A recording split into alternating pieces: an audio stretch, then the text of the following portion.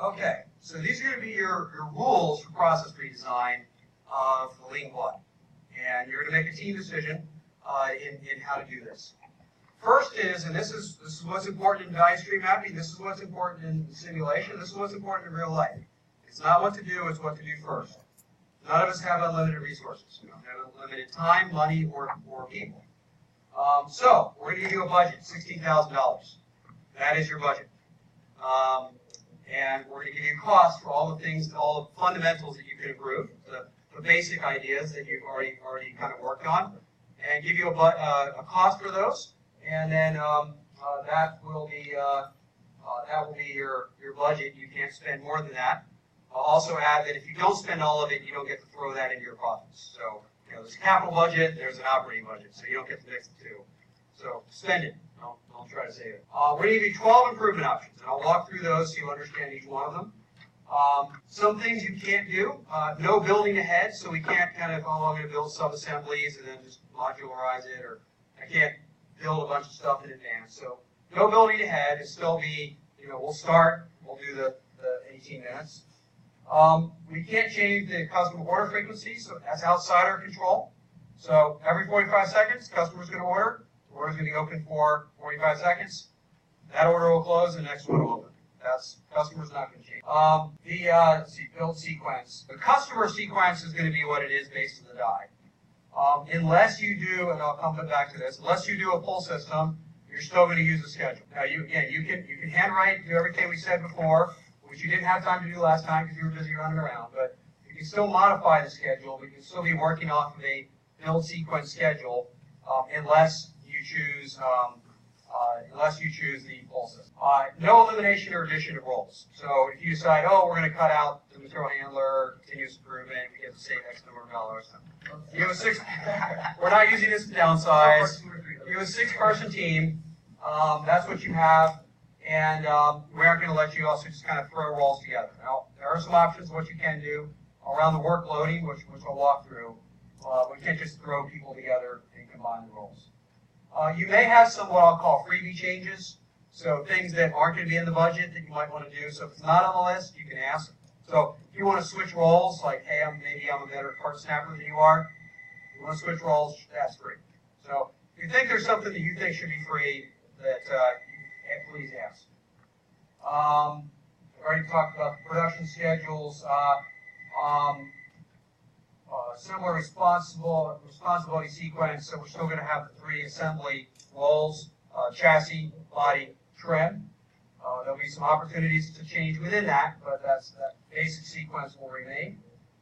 And for starters, your whip remains unchanged, but we're going to give you an option for this as well. Okay, so those are some of the restrictions. So we'll give you a card with this, so you don't have to write them all down. So we have some cards with all the improvement guidelines. So we'll hand those out in a minute, or when you're ready to get together. I'm going to walk through so you understand what each of the ideas are. So the first is a raw material pull system. So right now, Brian was going around from table to table, kind of saying, what do you need? What do you need the lid here?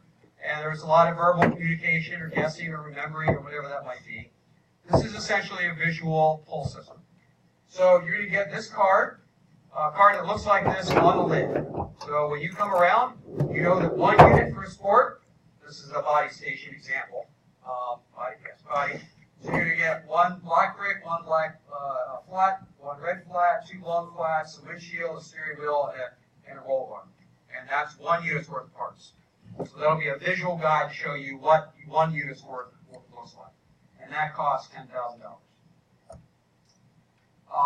Option 2 is we're going to institute an operator pull, meaning that the operators can pull their own materials. Now, because we had a warehouse and we had line side, this really means that we need to build new facilities and relay everything out so that you have access to the material.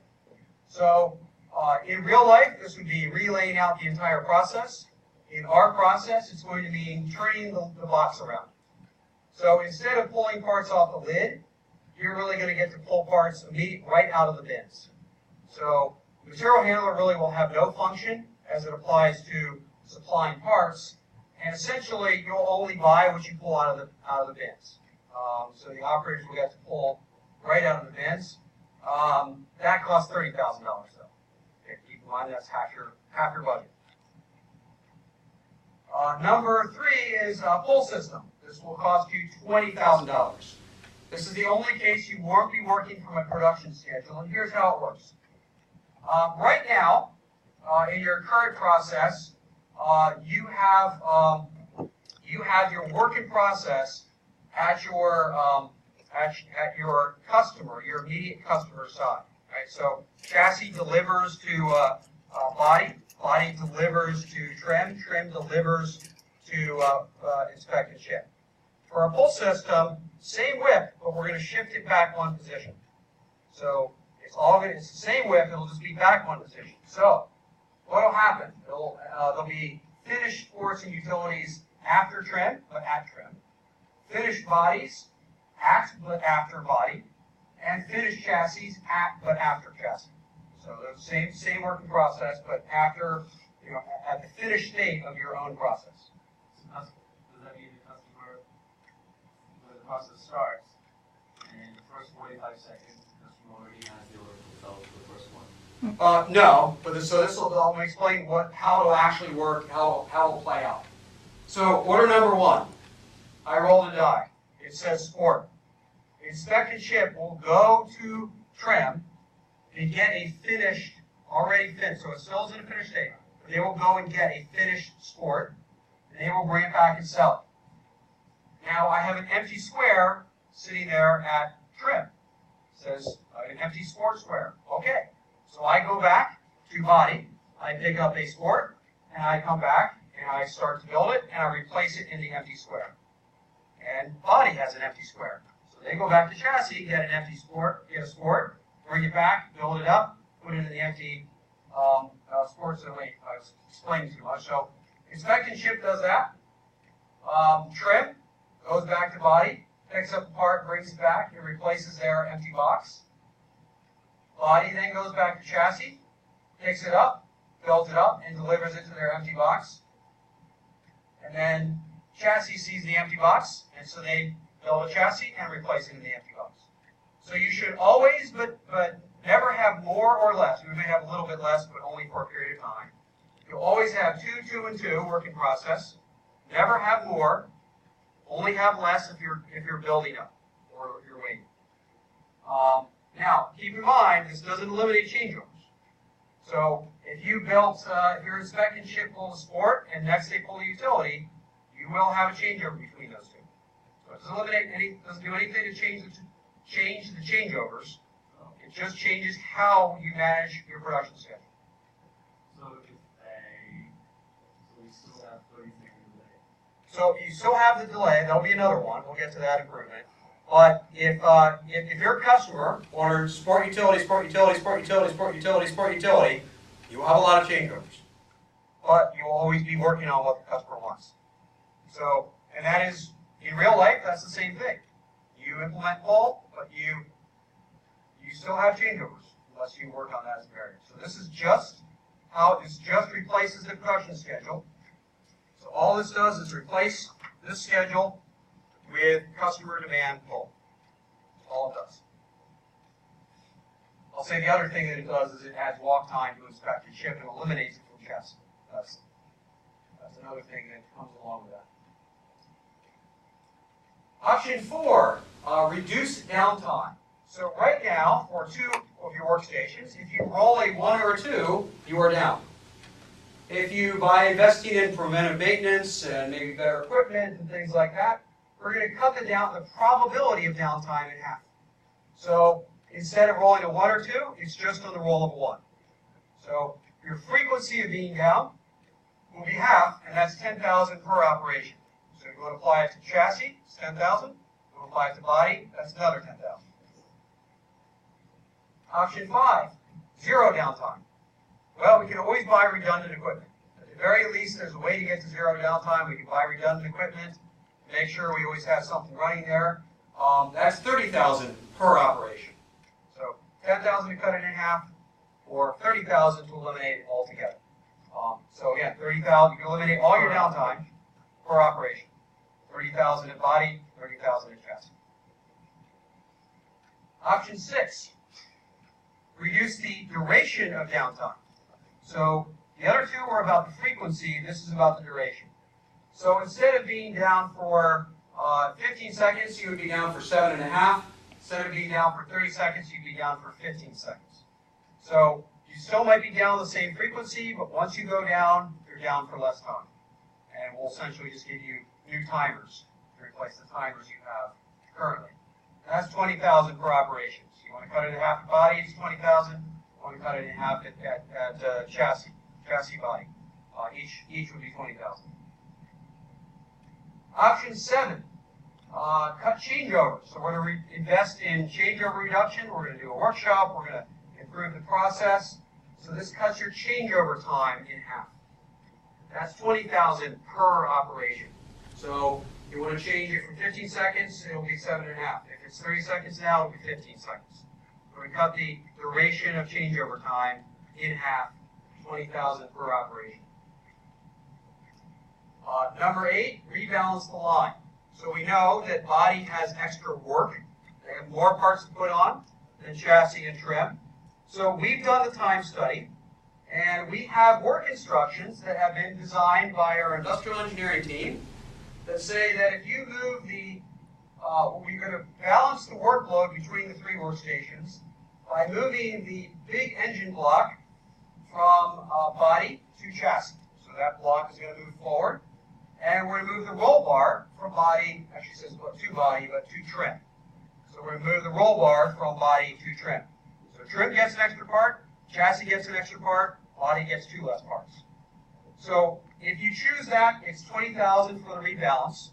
We have new work instructions for you. So the work instructions you have, we can give you new work instructions that have that exact process in it. And we, of course, just move the inventory and fix the WIP. Now, if you believe that you have a better rebalance in mind, we'll hear you out and probably let you implement it. But we don't have work instructions for that.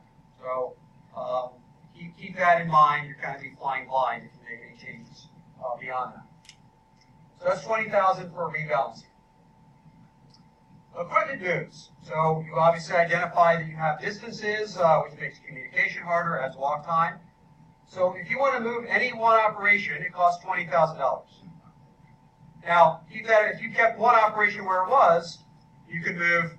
So you leave inspect and ship where it is. You can move body, chassis, and trim, and put all your processes together. That would cost you all $60,000. So each workstation move costs you $20,000. And we'll let you decide which one you want to move and where you want to move it to. So that's entirely up to you. Any one move is $20,000. Dedicated production cells. So we would eliminate all downtime if we had a sport cell and we had a utility cell. We wouldn't have changeovers anymore. We'd stop downtime. We wouldn't have changeovers anymore. So if you want to build a sport line and a utility line and eliminate all changeovers, that costs $50,000 because we're retooling everything. Now, in our case here, so we don't want you to have to go through a new learning curve of how to build things and rebalance everything. So what we'll actually do, instead of rebalancing all the work, is we just eliminate all changeover time. Because in the end, that's really the operational benefit, is 0 changeover time. So if you choose this, everything will be the same, but changeover time will be 0. So that's essentially, from an operational standpoint, eliminating all changeover time. That's option 10. Option 11. You have inventory. It's there to protect you from problems. One way to protect yourselves from problems is to have more inventory. So this might not get you closer to your ideal state, but you can double your starting inventory for $25,000. So instead of starting with basically 2 units, you'll start with 4 units worth of inventory. So that'll cost you $25,000. And last option, option 12, is the inspector rebuilds defects. So right now, defects are defects. They are scrapped. You can't sell them. You can't rework them. So we can facilitize the inspection station to fix defects. So they can fix them, repair them, and sell them. And to go through that facilitization and training, that'll cost $20,000. So those are your improvements. Any questions about the